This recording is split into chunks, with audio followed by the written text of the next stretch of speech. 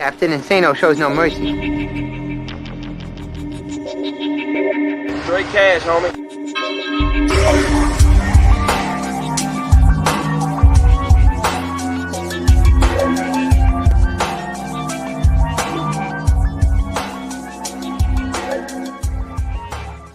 Hold on to your butts. What's up, everybody? Welcome back to the Basement Monsters Game Day Podcast. I'm Ivan Vargas. That's Luke Nettles right next to me. Big game, big game in the NFL. Big game in the NFC West. The Arizona Cardinals versus the Seattle Seahawks tonight on Thursday Night Football. And we seen these two teams battle a couple weeks ago, and that was a classic if I ever seen one. And it had the Cardinals winning late in the game. Russell Wilson, with all that he's done, with all he's accomplished, Russell fell short. 3 interceptions that game. Threw for over 300 yards and 3 touchdowns. But Russell Wilson's 3 interceptions in that game cost them big. And, I wonder if it was, we talked about it. I wonder if it was the defense finally, becoming insurmountable for the offense to, finally becoming too heavy to carry, too heavy of a burden.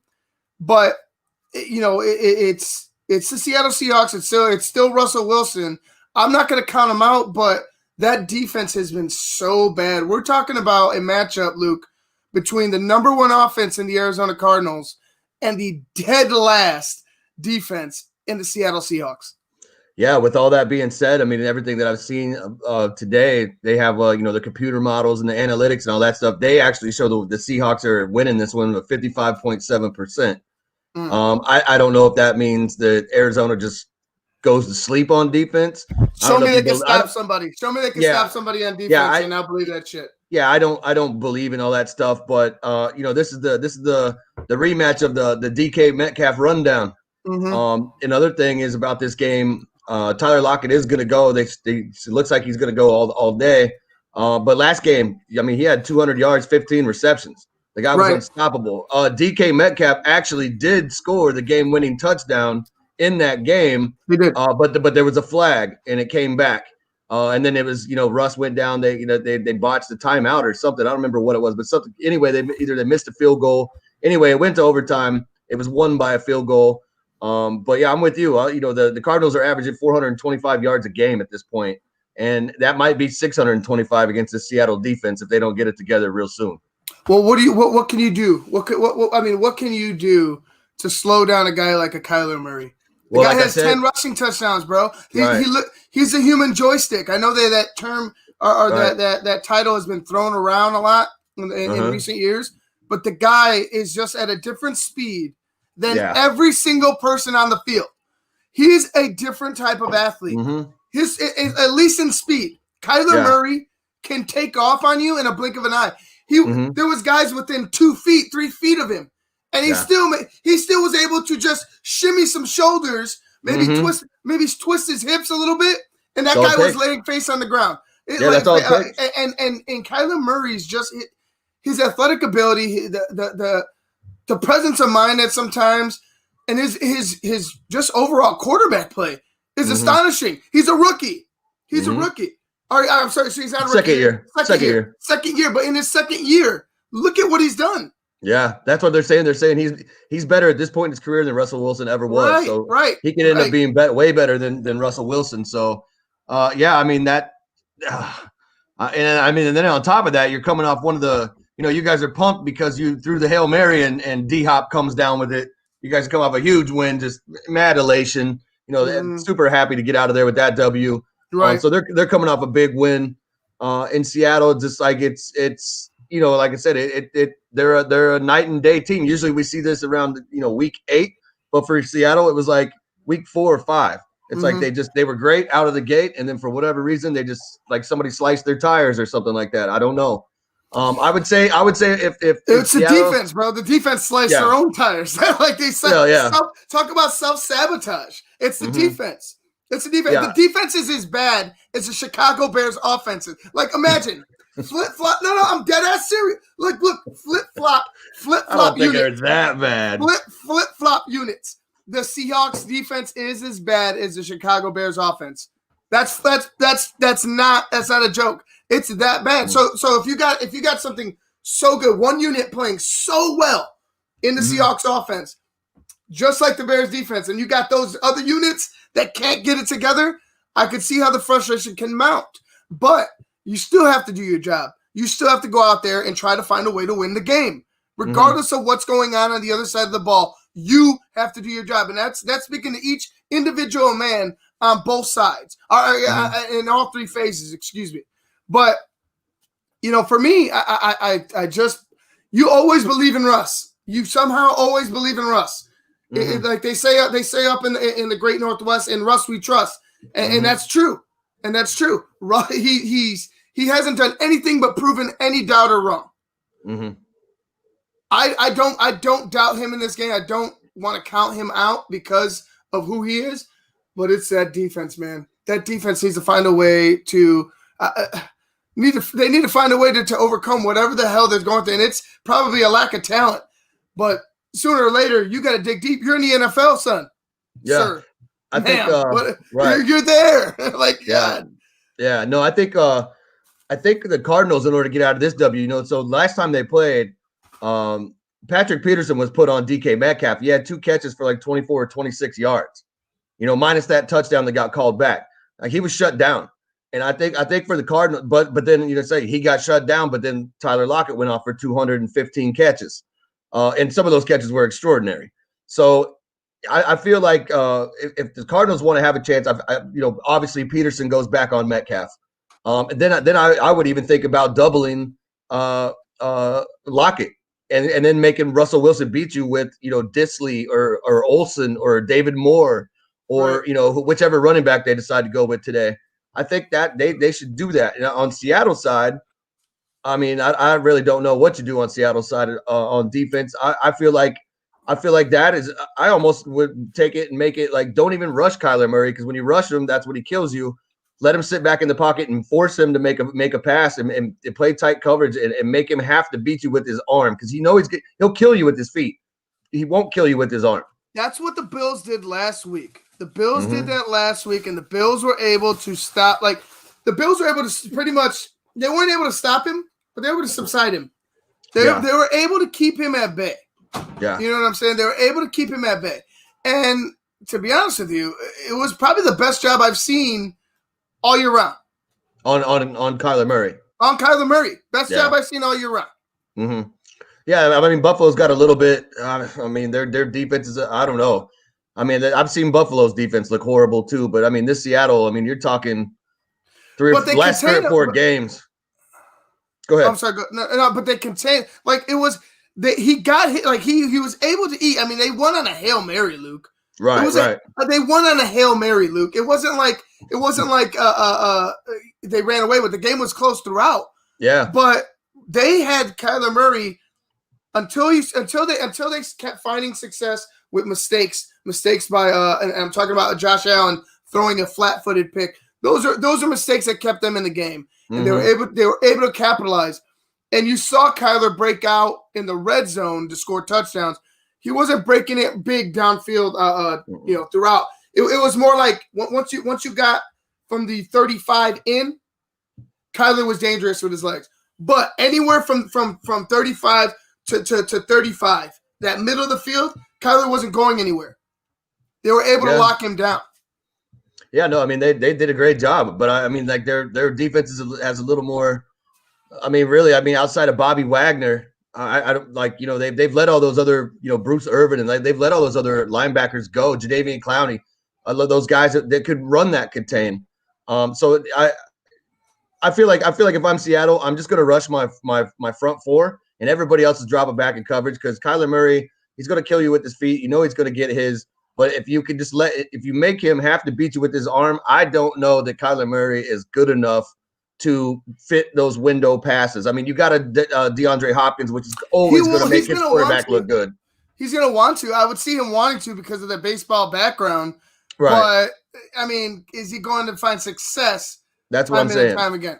That's what I'm saying. Like, I would – I mean, maybe, once in a blue moon, you got to throw something at him, just to keep him guessing. But right. As a whole, I would not be trying to put a lot of pressure on him, because when you bring all that pressure, he sidesteps one guy and you're talking 20 yards before anybody touches him. An easy 20 yards. Yeah, so I mean, for me, it's like, just get that front four, a steady rush going, throw a blitz every now and then just to keep him safe. Maybe even drop one off the corner on his blind side, come from the backside of him. But other than that, I mean, I feel like that's the way you beat Kyler Murray is you make Kyler Murray beat you with his arm, because he has the strength. We know that he's a baseball player. He has the arm strength. Does he have the accuracy and the finesse to get it into those tight spots with the way he scrambles, right? With the angles he's taking, right? The thing is, and like I said, that's why I said the Bills did a great job. They didn't let him eat in the middle of the field, getting another third down with his leg. I mean, they did a great job. I felt like they did the best job. Yeah, they should have won. They should have won that game. They should have won. Yeah, either way, regardless. They just got out hopped. That's all that was. Yeah, that's exactly what they did. But that's all it was. That's exactly what happened. But you know what? It was just another classic. I'm watching a replay right now, right before the. It's funny. As we're talking about it, I'm watching the Diop replay. They didn't let him eat. They contained him, and let him beat him with your arm. I think that's going to be the key. But who do you got today? Like I'm thrown. Like it's a toss up for me. I feel like both teams, regardless of Seattle's defense, because we talked about that. I feel like both teams can find a way to win. Both teams. Yeah, I mean, and it could be a blowout for the Cardinals. It very well might be, or it could be a slugfest. And you find Russ, like I said, up there in Seattle. It's in Russ we trust, and I do not count that man out whatsoever. So if they could find a way to sustain drives, and I'm talking about drag them out, use that clock to keep that sorry ass defense off the field, I bet you Russ will find a way to fucking win, dude. Russ will find a way to win if you keep it close. I honestly believe that. Oh, what do you got? What do you pick? What are you calling it at? Man, it's like it's gonna be a nail biter, and honestly, I really don't know. But if I'm gonna go with anything, I'm gonna go with my gut, and I say Russell Wilson and the Seahawks pull this one out, and I say they pull it out 24 to about 21, or about 24-21. I'm gonna go 24-21 Seahawks.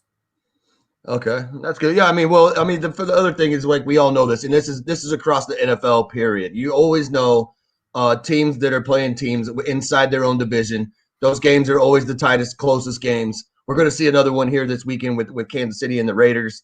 I can't wait for that one. But these division games mean a lot more to these guys, and they should. And I think that's why you get these scrappy games. The last one was an amazing game. Like I loved watching that game. It was just up and down, back and forth, punch for punch, just like, wow, who's going to give, and it was Russ with the 3 picks that broke the camel's back. That's what it was. Russ needs to understand, and they're in Seattle. Yeah. And they need to understand, like I'm sure he understands this. He cannot have a game like he had in Arizona. Those 3 picks for Russell Wilson, though, they have to be burnt in his psyche.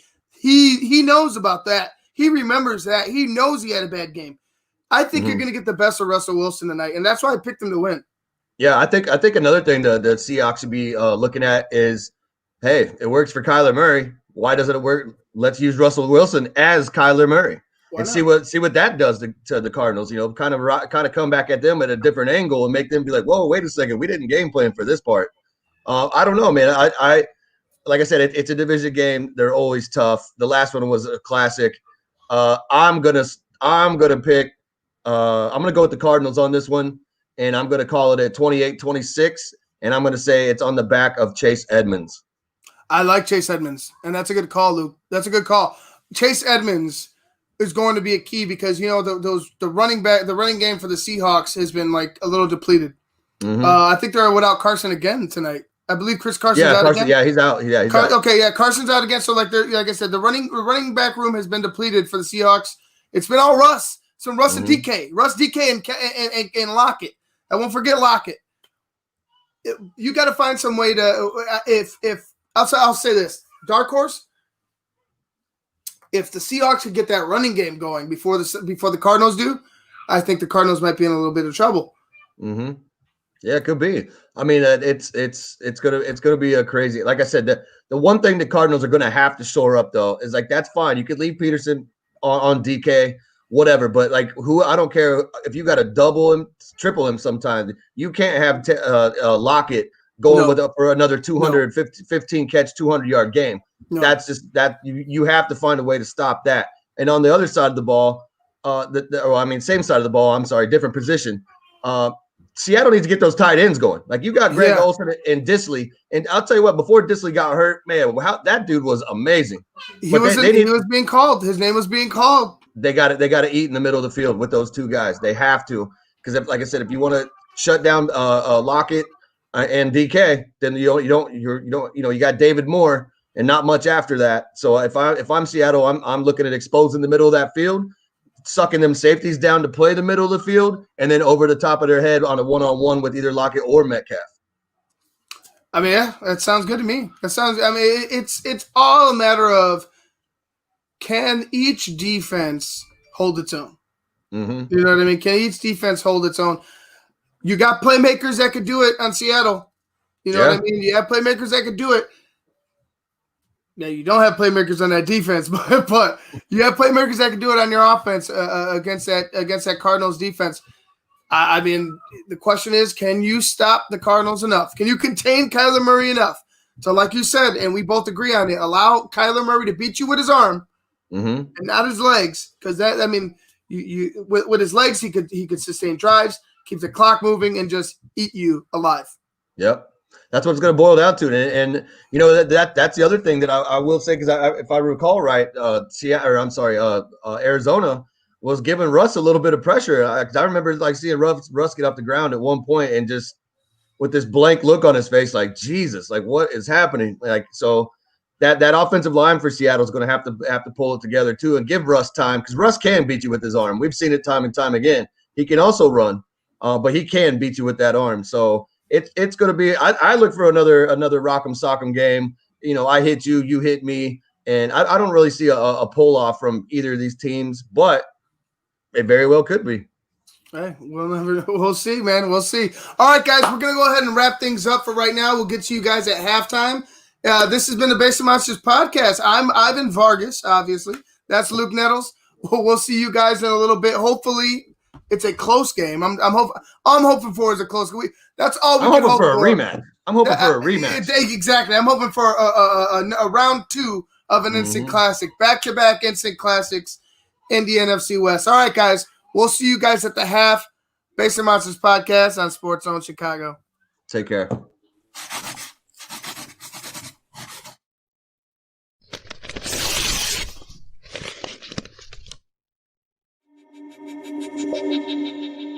Captain Insano shows no mercy.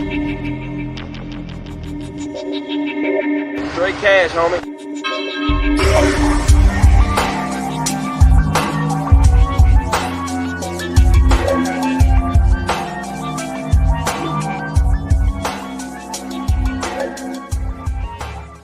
Hold on to your butts.